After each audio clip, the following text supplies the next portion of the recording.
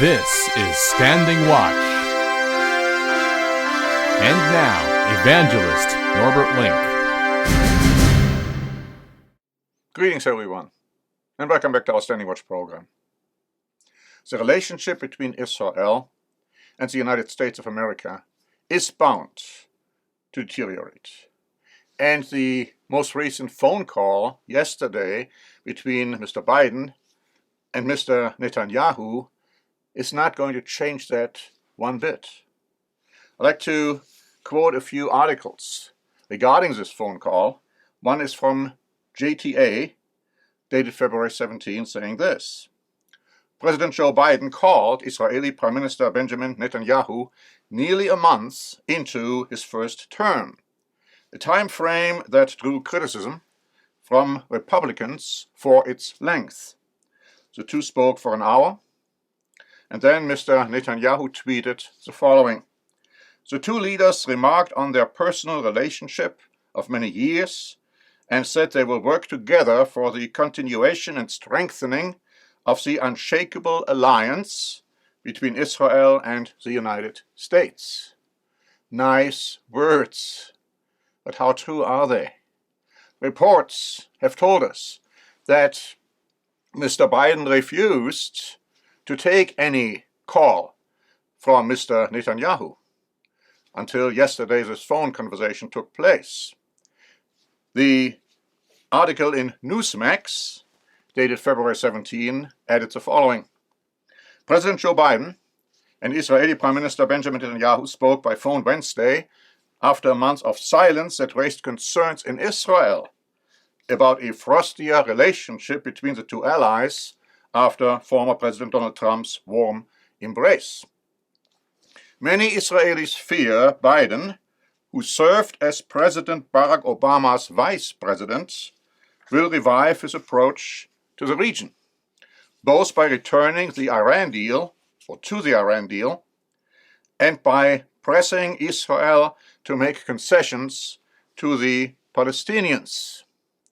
Now, the Biden administration has said that Biden didn't talk to Netanyahu for a month because he wanted to first talk to the Europeans to see what their stance was on the Iran deal. Now that admission is already quite telling. When it comes to the Iran deal, the Times of Israel reported on February 1 already, Joe Biden, who was vice president when the deal was signed during the Obama administration, has said he hopes to return the U.S. to the deal. The Biden administration's policy on Iran is expected to be a point of contention between the new U.S. administration and Israel. Israeli officials have voiced strong objections to the United States rejoining the nuclear deal and have also issued threats against Iran in recent weeks. Now, here's an interesting article by Israel Today, which was published on February 15, with a headline, Israel and Biden, Trouble on the Horizon. Now this was, of course, written before this phone call, but as I said, the phone call is not going to make any difference. In fact, when you listen to what is being said in this article, you can clearly see that it won't make any difference.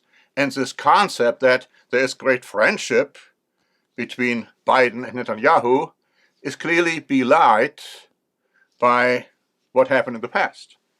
Now here is what the article says. Israel has reason to be deeply concerned about the policy that US President Joe Biden's new administration will pursue vis-à-vis the Jewish state. The Trump administration's recognition that the Golan Heights is Israel territory was effectively withdrawn. The Biden administration has announced that financial aid to the Palestinian Arabs, which Trump cancelled, will resume. Biden, furthermore, will allow the Palestinian Authority to reopen the PLO diplomatic mission that Trump closed in Washington, D.C. One important issue viewed by Jerusalem as a threat to Israel is the positive opinion of certain key figures in the Biden administration regarding Iran.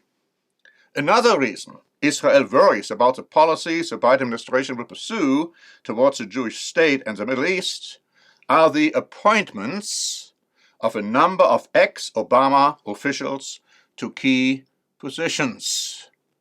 And then listen carefully, because here we go. U.S. Secretary of State Antony Blinken, for example, is an appeaser when it comes to Iran. He was against including Iran's Islamic Revolutionary Guard Corps in the list of recognized terrorist organizations. Blinken was also the one who questioned the legality of Israeli sovereignty over the Golan Heights last week. Biden's Director for National Security, Avril Haines, signed a letter in which Israel was condemned for violence, terrorism, and incitement. Then there's Wendy Sherman, the female chief negotiator in the talks with Iran. She was a strong supporter of negotiations with and concessions toward Iran. At the time, she also refused to condemn Palestinian suicide attacks on Israelis. The appointment of Robert Malley as Biden's special envoy to Iran is another problem point. Malley is a left-wing extremist. He wants dialogue with Hamas and Syrian dictator Assad.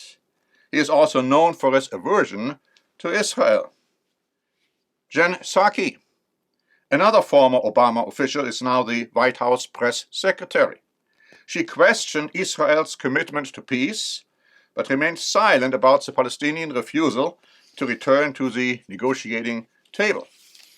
Another anti-Israel official in the Biden government is Mar Bidder, who is the new head of the U.S. Intelligence and National Security Council. He is a Palestinian American who once wrote in a paper the following, quote, "Israel's political existence as a state is a cause for Palestinian dispossession and statelessness." Another appointment of a Palestinian American to a key position when it comes to Israel is Hadi Emar, who is known for his radical anti-Israeli views and has strong ties to the Palestinian leadership. Rema Dodin serves in the White House. She took part in rallies against Israel, calling for boycott, divestment, and sanctions. In 2002, Dodin said suicide bombings by Palestinian Arabs were the last resort of a desperate people. So here you have it. In spite of the phone call between Biden and Netanyahu, it really appears as if the relationship between Israel and the United States under the Biden administration is to drastically change for the worse. Now, in the book of Isaiah, in the 9th chapter, there is an interesting statement made predicting antagonism between the United States and the UK and Judah, in other words, the state of Israel. Now, this could refer to the time just prior to, or even at the beginning of, the Great Tribulation. But looking at the context, it could also refer to a time prior to that, in other words, to our time right now, that relationship will deteriorate, and under a new American administration in the future, it will revive, at least for a while. We have to wait and to see how the events develop. But in order to help you to better understand biblical prophecy, especially as it relates to Israel and the Middle East, and the relationship between Israel and the United States and also the United Kingdom, we have two booklets. You can easily remember the title because they both have in the title the fall and rise. One is the fall and rise of the Jewish people, and the other one is the fall and rise of Britain and America. These booklets are free for the asking. So thank you very much for your interest and for your attention. And until next time, I am Norbert Link for the Standing Watch program.